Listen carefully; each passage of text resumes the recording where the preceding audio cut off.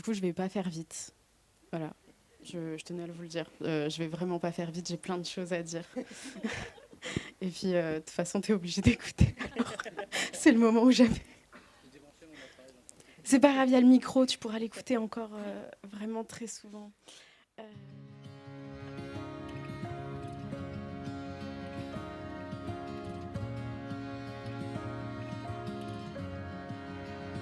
C'est avec plaisir que nous prenons la parole aujourd'hui pour parler de Quentou et d'Alexandra, un couple que nous célébrons tous.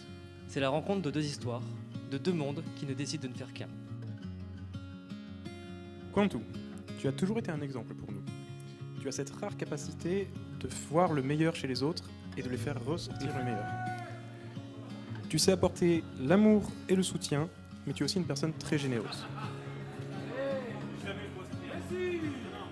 Alex, tu as toujours une oreille attentive quand on a besoin de toi et les bons mots pour nous motiver dans les périodes sombres. Ce mariage montre bien que tu es doté d'un sens de l'organisation à la hauteur de la pagaille dans ton appartement. Ton trouble dissociatif des hobbies ne cesse par ailleurs de nous épater. Et ben t'as réussi à t'en prendre une. Tu marches sur ma robe. Revenons donc sur le sujet principal de cette cérémonie. Le mariage, paraît-il. Oui, le mariage. Une étape merveilleuse, dit-on. Une émotion, un ressenti envers l'autre. Enfin, scellé dans le marbre. Bien sûr, une bague. Je vais commencer par une liste des raisons pour lesquelles je me marie pas avec toi. Je me marie pas avec toi parce que t'as des cheveux magnifiques. C'est pas juste. Je me marie pas avec toi parce que tu cuisines super bien. Et je me marie pas avec toi parce que t'achètes des yaourts que j'adore. Mais je me marie avec toi parce que t'es mon meilleur ami. Parce que tu me connais plus que je me connais. Et parce que t'as appris à m'aimer. On dit qu'il faut d'abord apprendre à s'aimer avant d'être aimé. Et je pense qu'on sait maintenant que c'est faux. Tu m'as montré ce que ça faisait d'être aimé d'un amour inconditionnel. Et ça m'a donné la force d'apprendre à m'aimer tel que je suis. J'ai été un peu plus concis, mais j'espère quand même réussir à te toucher comme tu as réussi à me toucher. Alexandra, mon koala, ma princesse, mon amour, je veux te dire merci. Merci de m'avoir choisi. Merci de m'avoir aimé. Merci de m'aimer aujourd'hui.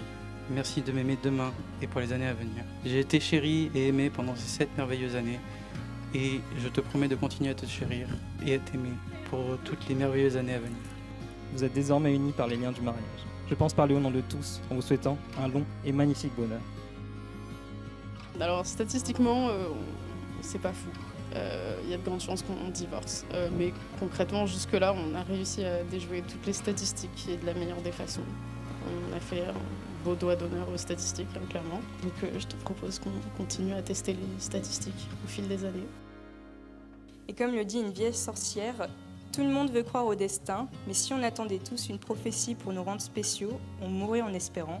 C'est pour ça qu'il faut faire ce choix soi-même. Alexandra et Quentou, vous avez choisi aujourd'hui de créer quelque chose de spécial. Vive l'amitié et surtout, vive les mariés.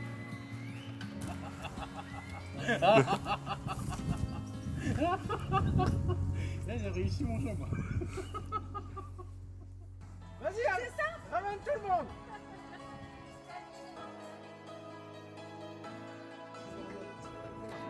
Between me and you, there's an ocean between our love. If I'm telling the truth, what am I to sail away? 'Cause I don't know where Plein de bonheur, 100 ans de bonheur pour mon Dieu au Vietnam. De ton enfance, je me rends à l'évidence, tu es devenu grand et adulte. La preuve, tu m'emmènes, moi et Anaïs, lancer des haches de vikings pour mon anniv. Je danse, oui, je danse dans tes bras. Youhou!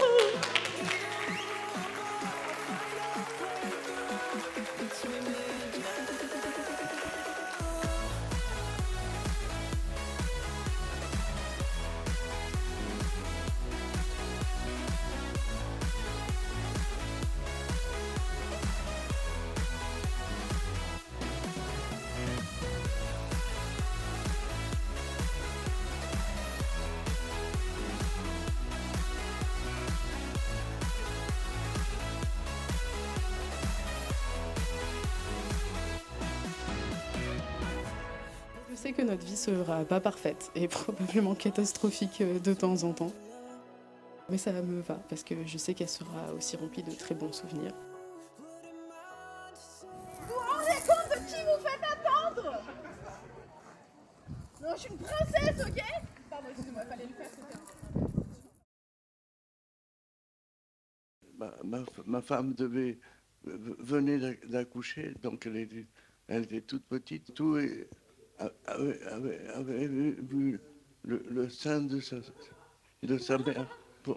Pour une de ses multiples tétées de la journée, quand il a vu sa sœur s'approcher du sein, il a écarté sa sœur de son sein et il s'est mis à téter. Mais